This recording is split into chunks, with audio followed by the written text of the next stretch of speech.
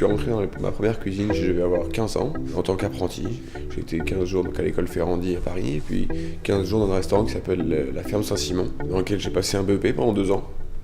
Après ça, j'ai passé un bac pro, toujours en alternance, toujours à la même école, mais ça, j'ai changé d'entreprise, je suis passé chez Alain Dudornier au Carré des Feuillants, un restaurant doublement étoilé au Guide Michelin. À la sortie de ça, j'ai décidé de me mettre à travailler. Alain Dudornier m'a proposé une place chez lui, au Carré des Feuillants. Donc j'ai passé une année de plus. À la suite de ça, je suis parti dans le sud de la France, à Monaco. J'ai travaillé chez Alain Ducasse. J'y suis resté qu'un an.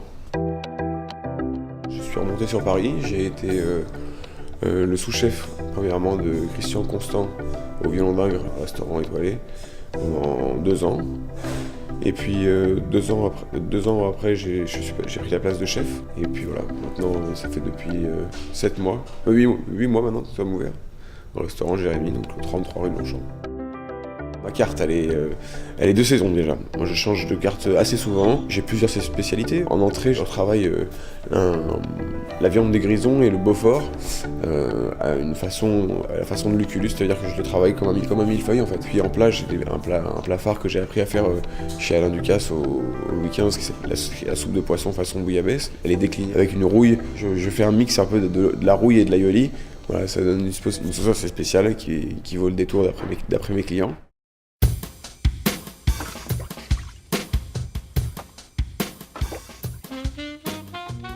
Et en dessert, je travaille un millefeuille donc, qui évolue au fil du temps. Donc c'est un millefeuille monté minute, extrêmement léger. Les gens, quand ils le voient arriver, il est impressionnant parce qu'il est vraiment dans les 3 étages, il est vraiment épais.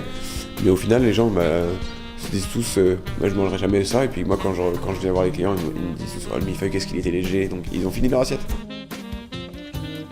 Moi, j'ai toujours travaillé dans des restaurants qui sont gastronomiques.